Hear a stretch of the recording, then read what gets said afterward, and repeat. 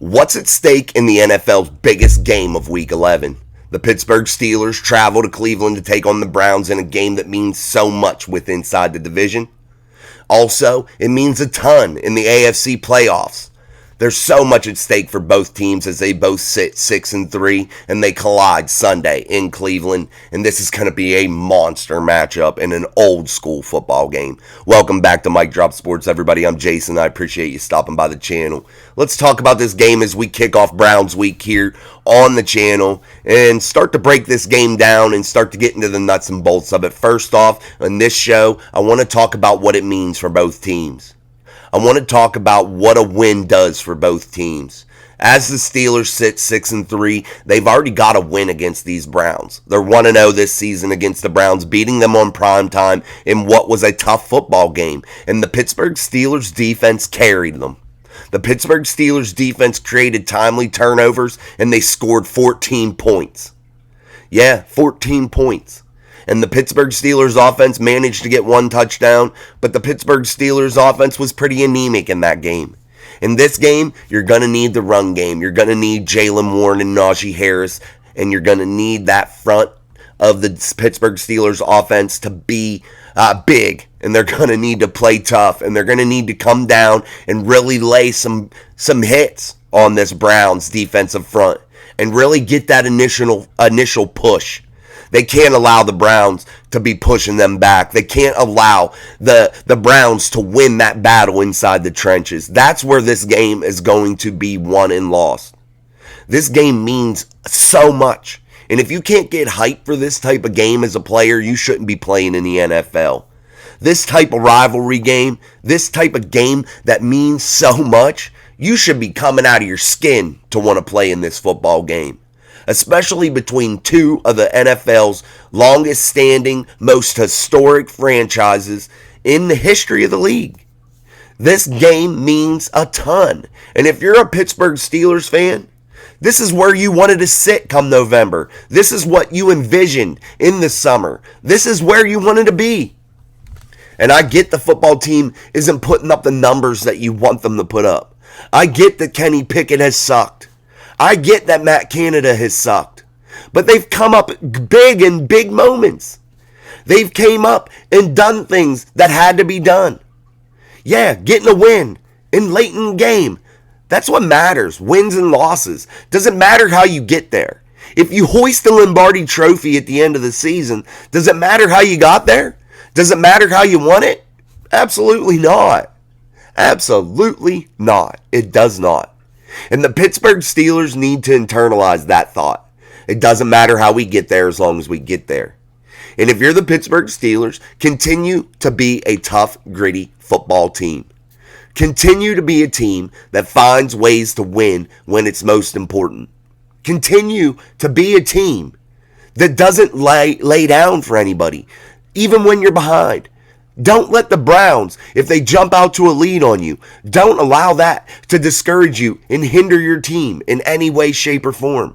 Don't allow it. And if you're the Steelers, you're sitting 2-0 in this division, and the win means a lot. That moves you to 3-0 within the division and a 7-3 record. And that really puts you in place to be the division leader if you're the Steelers heading into a game against Cincinnati, who's right now the fourth place team in the division. And if you go ahead and you put your foot down and stomp on these two teams, you could be controlling the division with a 4-0 record with inside that division. Can you imagine that? The way this football team is played, can you even think that that's possible? But here we are with a chance. Here the Steelers are with a chip in a chair, as they say in poker. That's all you need, a chip in a chair. That's it. You just need a chance. And the Steelers have given themselves that chance. Kenny Pickett has given this team that chance too. Like it or not, and you can say they win not because of Kenny Pickett, but he's had some big time moments in the fourth quarter that's allowed them to achieve this record. Has the defense carried this football team? Absolutely. Has Kenny Pickett sucked? Absolutely. I'm not arguing that fact. And I get it. And I get a lot of comments saying, hey, Kenny Pickett does nothing. Kenny Pickett sucks. Kenny Pickett isn't the guy. But he is the guy if we win. It doesn't matter about the stat sheet. It does not. At least for me, it doesn't. The only stat I care about is wins and losses. And if you're the Pittsburgh Steelers, as long as you have the ability in that quarterback to win games when it matters the most, that's all you need. Any team in the NFL, that's all you need, is a quarterback that gives you a chance. And Kenny Pickett may have big-time flaws. He does. He may not have the arm strength. He may not have the ability to read the field as an elite passer. But he does have the ability to not blink. And he does have the ability to go into that fourth quarter when you need a big play or a big drive and achieve greatness. He does have that ability. And nobody can argue that ability. In the defense being good, why should that be a knock on Kenny Pickett? The defense being good at times, that's a good thing. It shouldn't be a knock on Kenny Pickett. The run game being good, that shouldn't be a knock on Kenny Pickett.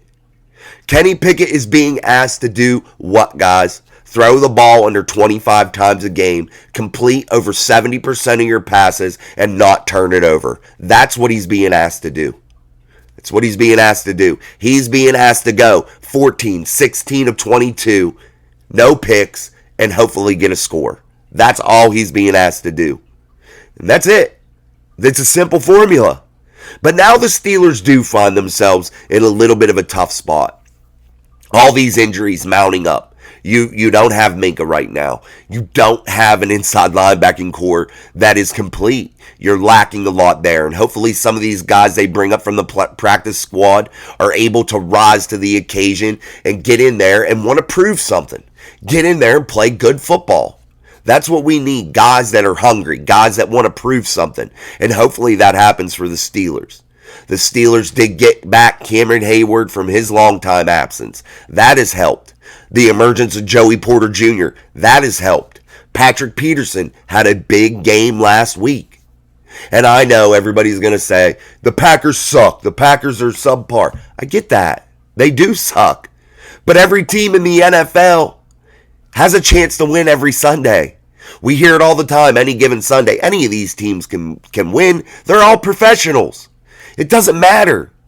Sucking in the NFL is different than sucking in the college ranks. Where nobody's a professional there. Everybody in the NFL is a professional, and they've at one point in their life been superstars to get to this level. At one point or another, they've been superstars to get to this level. So they have to have some sort of ability to be able to win football games and be good. So it doesn't matter. Every team is halfway decent. Every team has the ability to win, whether they're 0-6, 0-8, whatever. It don't matter. They have the chance to win. And if you're the Pittsburgh Steelers, you have to continue to just be tough and gritty. Because you're facing a Browns team that can run the football, a Browns team that plays big on defense, and Deshaun Watson had a good end of the football game last week. So, if Deshaun Watson does play with his ankle injury, which he appears to be on pace to play, the Steelers could be facing a much better Deshaun Watson than they did in week 2. The Steelers could be facing a quarterback that has progressed a little bit. And the Steelers' defense isn't as good as they were in week 2. They've had so many big injuries. They're missing key players across the board. So it could be a formula of success for the Cleveland Browns. It could be. And the Steelers could take a tough loss. This game, in my opinion, is a coin flip. And again, whoever wins it is setting themselves up to win this division. Especially either team who's beaten Baltimore. Both of them have. Cleveland last week, Steelers week 5. They've both beat the division leader right now. And that's going to prove to be big. So whoever emerges victorious from this football game is going to really be in command of this division. Really be in command of their own destiny. They're not going to need any help at the end of the year because this win is a signature win and it's setting you up to do big things. And it's going to provide a lot of emotional support, I guess you could call it. A lot of hype for your football team. A lot of confidence moving forward. This football game is going to be old school though, guys. Don't expect to see huge numbers. And if you do, it's going to be a fluke. 9 times out of 10 you play this football game, it's going to be 18-16, 22-18. Weird scores like that, low scores. It's not going to be crazy, and it's going to be decided by either a last-second field goal, a last-second turnover, a late touchdown drive, and I like our chances with a late touchdown drive. Kenny does have the ability to do that. But if you're the Steelers too, you need to try to get Pat Freiermuth, who should play this week. Get him into the middle of the field. Allow Kenny to have more options. Become more exotic in your offensive play calling. Run the football with command. Get that offensive line rolling early. Run it 5, 6, 7 times in a row. And then hit a big play action pass deep to a George Pickens, a Deontay Johnson, a Calvin Austin. A big play action pass on a drag route to your big tight end, Pat Freiermuth. Do those types of things if you're the Steelers. Get a mixed bag and get yourself established early. And if you're the Steelers, I say you ask for the ball first if you win the toss. Why? Because I think this football game is going to mean something with that first possession. I think whoever establishes themselves first and their dominance first is going to really control this football game throughout. I'm not saying win, but they're going to be in the driver's seat for the game. I really think that. And if you're the Cleveland Browns, you need to come out with Ford and run the football against the Steelers defense that's been known to give up a lot of rush yards. And if you're Deshaun Watson, you need to sit back and pick this Steelers defense apart. That's their formula to win. Because this Steelers secondary, this Steelers inside linebacking core is weak right now. They have some big gaps. And if you're the Cleveland Browns, maybe you go off script and throw the football and abandon the run game a little bit. And if you're the Steelers, you kind of hope that happens. Because while your defense has the ability to get some late turnovers sometimes, your defense has the ability to bend but not break. So maybe that's a good formula for the Steelers. Maybe we all hope that the Cleveland Browns come out and abandon their identity. And if you're the Pittsburgh Steelers, maybe you change up your identity slightly and throw the football a little bit more. Maybe allow Kenny to throw 27 to 30 passes this game and still run the football, but allow him to mix it up a little bit. Come out in those 5 wide sets. Spread that Cleveland Browns defense apart a little bit. Don't allow them to pressure Kenny Pickett and pin their ears back and load the box. Don't allow them to do that. Become eccentric in your play calling if you're Matt Canada. Don't be so predictable. Maybe that's what you need to win. Maybe that's what it takes to get Kenny Pickett moving, guys. I'm not sure, but maybe. These are all just theories. These aren't definitive answers. It's just things that I'm thinking of.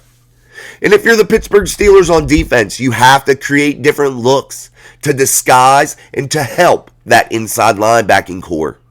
You have to. You have to bring players like Keanu Neal and other safeties down in the box at times. Hopefully you can get Minkah Fitzpatrick back. Chances are probably not, but hopefully you can, because you're going to need him. You're going to need a Minkah Fitzpatrick to create maybe a big-time late turnover against Deshaun Watson. And if you're the Steelers defense, the pass rush has to be what it was in week 2 on that Monday Night Football game. It has to be aggressive. It has to be hardcore and cause turnovers. And if you're Alex Highsmith, you have to continue to have good games against the Browns. And if you're TJ Watt, you have to have a little bit better game this week in terms of pressure. You had 8 tackles. That was phenomenal. You had 1 sack. But we want to see you be that dynamic playmaker and that game changer. That's what we need to see out of TJ Watt this week. And TJ Watt always has good games. He always makes tackles. He always usually gets a sack or 2. But TJ Watt needs to have those big splash plays this week. If you're Patrick Peterson and Joey Porter on the corners, you have to be able to hold those corners down. You have to be able to control the edges. You have to not let Deshaun Watson throw those little dink and dunk 10-yard comebacks in front of you and allow Amari Cooper and company to get big yards after catch. You can't allow that. And if you're the Pittsburgh Steelers linebacking core and the defensive front, Keanu Benton, Cameron Hayward, Larry Ogunjobi, and Landon Roberts, you have to be able to come downhill. Mark Robbins, you have to be able to come downhill and really control Ford and Hunt and not allow them to get going. These are all big keys, guys. And we're just talking in general, broad picture right now. We're not really getting into the nuts and bolts of it. We will later in the week. Thursday, Friday, we'll start to really break down each unit for each team. But I just wanted to talk in general.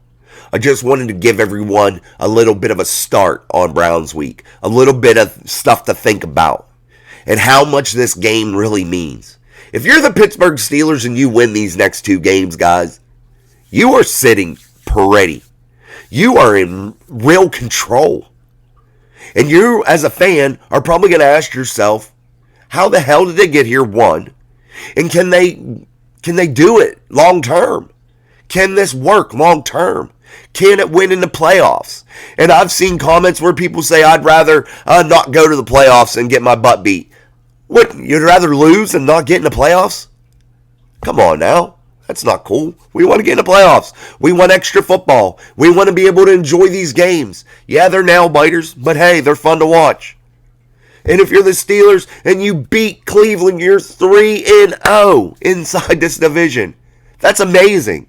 Because when I did my schedule breakdown, and I did just a few weeks ago, or maybe a week ago, I broke it down how the Steelers could get to be 12-5 or 13-4. And if the Steelers win against Cleveland, I like 13-4 more than I like 12-5. If they lose to Cleveland, I kind of like 12-5. But I think the Steelers are only going to lose a couple more football games this season. If that. I really do. And if you're 3-0 in the division, all I said you had to do was split the remaining divisional games.